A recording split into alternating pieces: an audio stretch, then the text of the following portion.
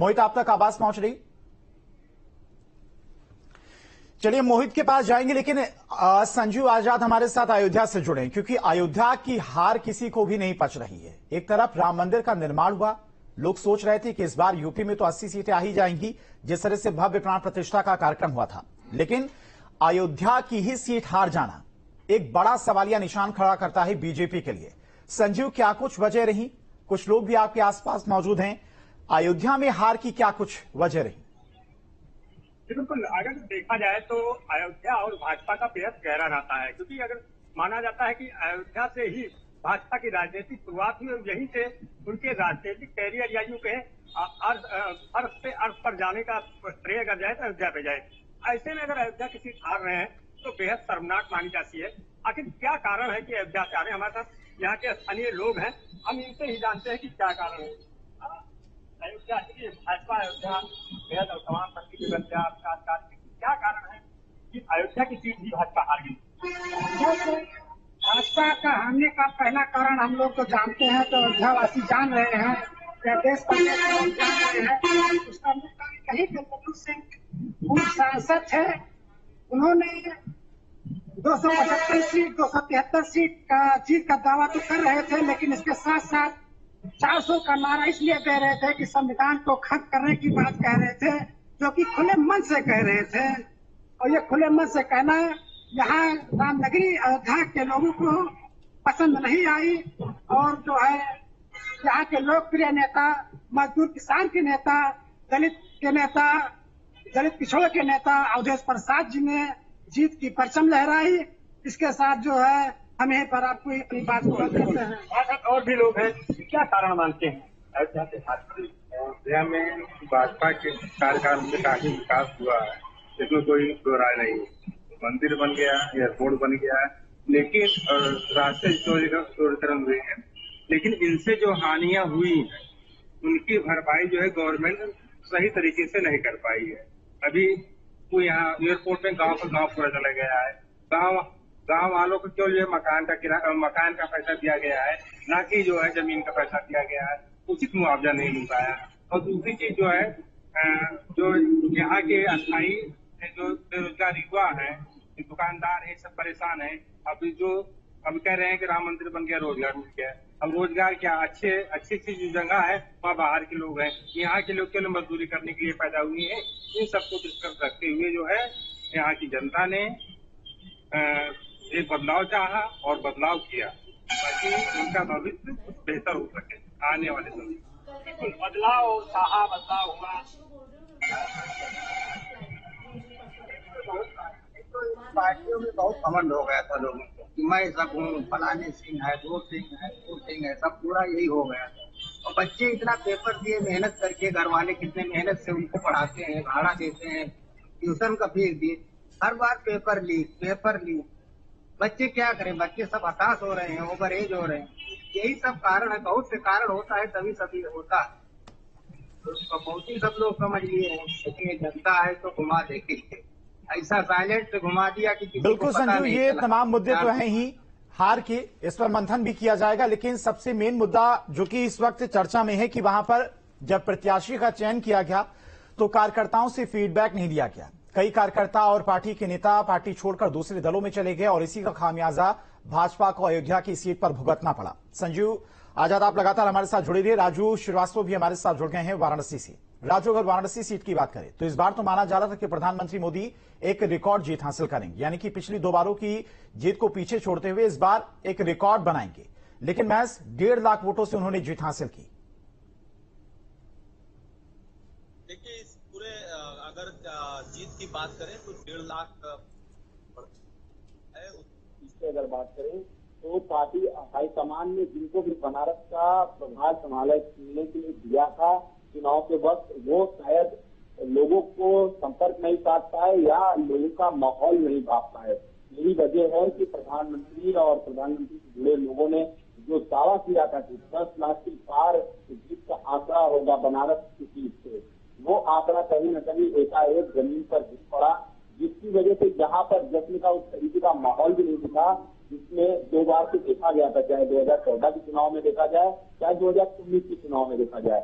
अब यहाँ पर जो कम वोटें पड़ी है प्रधानमंत्री को, विकास तो बहुत हुआ है, विकास हुआ है, यही वजह है कि काफी में टूरिज्म भी बढ़ा है, लेकिन जिस तरीके से विकास हुआ, जिस तरीके से विकास कार्यों की सौगात प्रधानमंत्री की तरफ से हमेशा मिलता रहा है काफी जनता को, क्या ऐसी त्रुटियां रह गई जिसकी वजह से प्रधानमंत्री 1.5 लाख वोटों से भी जीत पाए? क्योंकि प्रधानमंत्री बनारस से तीसरी बार अपने आप को यहाँ का बेटा मान लिया था उन्होंने, और 1.5 लाख वोट मिलना ये कहीं ना कहीं पार्टी की जो यहाँ पर जिनको भी जिम्मेदारी वाराणसी की मिली थी, उन्होंने कहीं ना कहीं यहाँ का माहौल और कार्यकर्ताओं से एक संवाद नहीं कर पाए, एक दिशा निर्देश नहीं दे पाए किस तरीके से, और इसका आने वाले वक्त में खामियाजा उन पार्टी कार्यकर्ताओं को भुगतना होगा जिन्होंने यहाँ पे जीत का दावा किया था, जीत दिलाने की दावा की थी। इसी मामले से आश्वस्त होकर प्रधानमंत्री लास्ट वक्त में वाराणसी नहीं आए थे।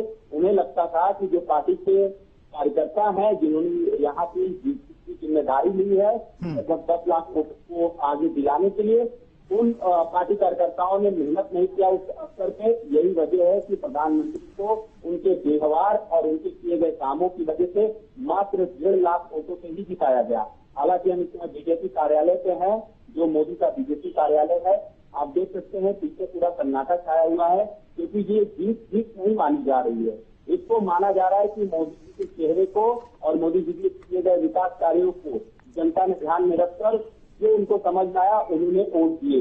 ऐसे में अगर बात करें तो आसपास की सीट भी जिस तरीके से तरकीब है उसको लेकर जैसे महेंद्रनाथ पांडे की ठीक है राजू, आएंगे आपके पास। अविनाश, जिस तरह से लगातार चर्चा ये भी चल रही है कि जब प्रत्याशियों का चयन किया जा रहा था तब कार्यकर्ताओं का फीडबैक नहीं दिया गया, कई जगह पर ऐसे सिटिंग सांसदों को टिकट दे दिया गया जिनका क्षेत्र में फीडबैक अच्छा नहीं था, ये सोचकर कि लहर है जीत जाएंगे। और हार की मुख्य वजह यह भी मानी जा रही है कि कार्यकर्ता नाराज थे प्रत्याशियों को लेकर, इस वजह से इतनी बड़ी हार उत्तर प्रदेश में बीजेपी को देखनी पड़ी।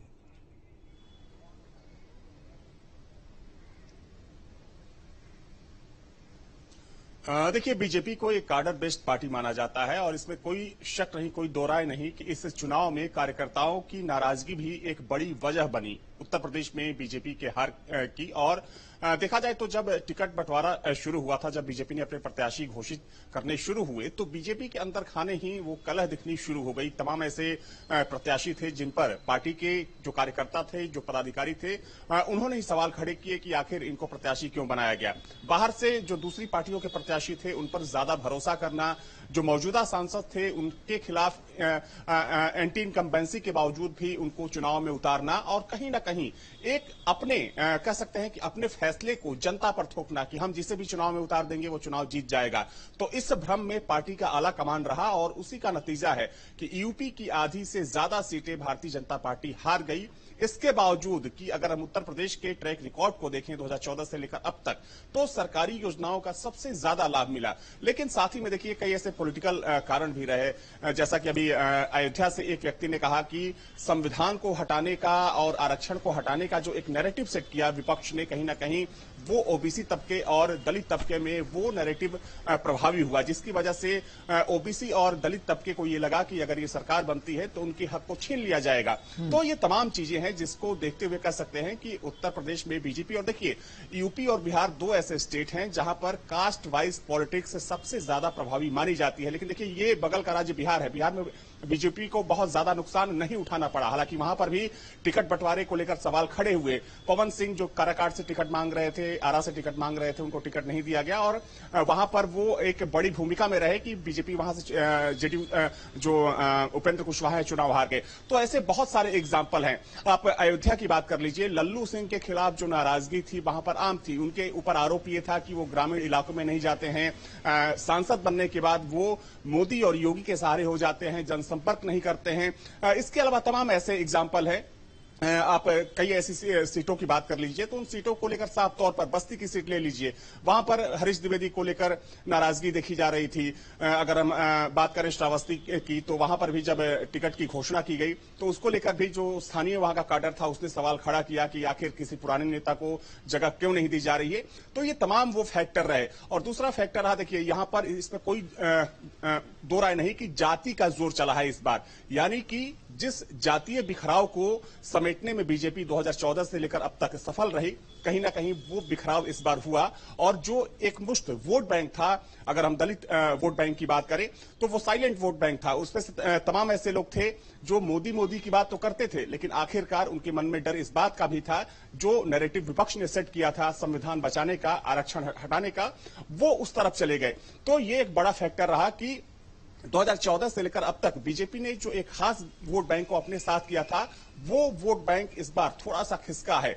दूसरी बात, जो बीजेपी का अपना काडर था, देखिए मैं बनारस में वोटिंग के दिन था और वहां का जो बीजेपी का काडर था वो खुद बोल रहा था कि देखिए, जिन लोगों को जिम्मेदारी दी गई थी कि इस चुनाव में वे अपने कार्यकर्ताओं को मोटिवेट करें, वे सिर्फ अपने घरों में बैठे रहे, ऑफिस में बैठे रहे, दफ्तरों में बैठे रहे और वहां से बैठकर लोगों को, अपने कार्यकर्ताओं को निर्देशित करते रहे। जबकि 2014 और 2019 की तस्वीर कुछ और थी, क्योंकि 2014 और 2019 में हमने देखा था कि संघ के पदाधिकारियों के साथ साथ जो बीजेपी के बड़े नेता थे, उन्होंने बनारस की गलियों में घूम घूमकर प्रचार किया, डोर टू डोर कैंपेन किया। लेकिन इस बार ऐसी कोई भी तस्वीर बनारस में देखने को नहीं मिली। देखिए, सबसे बड़ी एक बात यह भी है कि इस बार जो संघ था, संघ पूरी तरीके से उदासीन था, क्योंकि इससे पहले हम लोग चुनाव में देखते थे कि जहां जहां बीजेपी की सीटें कमजोर होती थी, वहां संघ अपने हिसाब से, जो संघ के प्रचारक होते थे, जो संघ के लोग होते थे, अपने हिसाब से वो कैंपेन करते थे, अपने हिसाब से माहौल बनाते थे। ठीक है, यह कहीं ना कहीं चीजों की एक बड़ी लापरवाही रही, ओवर